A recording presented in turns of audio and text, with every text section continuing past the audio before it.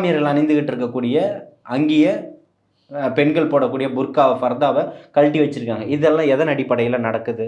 CAA ஒரு போராட்டம் பிரச்சனைன்னு சொன்னீங்கல்ல, இந்த ஹோலி பண்டிகை கொண்டாடுறதுக்கு யூபியில் வந்து எல்லா பள்ளிவாசல்களையும் மூடுனீங்கல்ல, சமூக நீதி காவலர் இங்கே என்ன நீங்கள் நட்டு வச்சிட்டீங்கன்னு கேட்குறேன். இப்போ இது எல்லா பிரச்சனைகளும் சொல்றீங்களே சார், இந்த பிரச்சனைகள் எல்லாத்துக்கும் விஜய் அவர்கள் என்ன சொல்லியிருக்காரு? என்ன சொல்லியிருக்கிறாரு? நான் வந்து திருப்பியும் சொல்கிறேன், உங்களை மாதிரி ஓட்டு பொறுக்கிற நேரத்தில் நான் வந்து நடிக்கக்கூடிய நடிகனா அவர் இல்லை.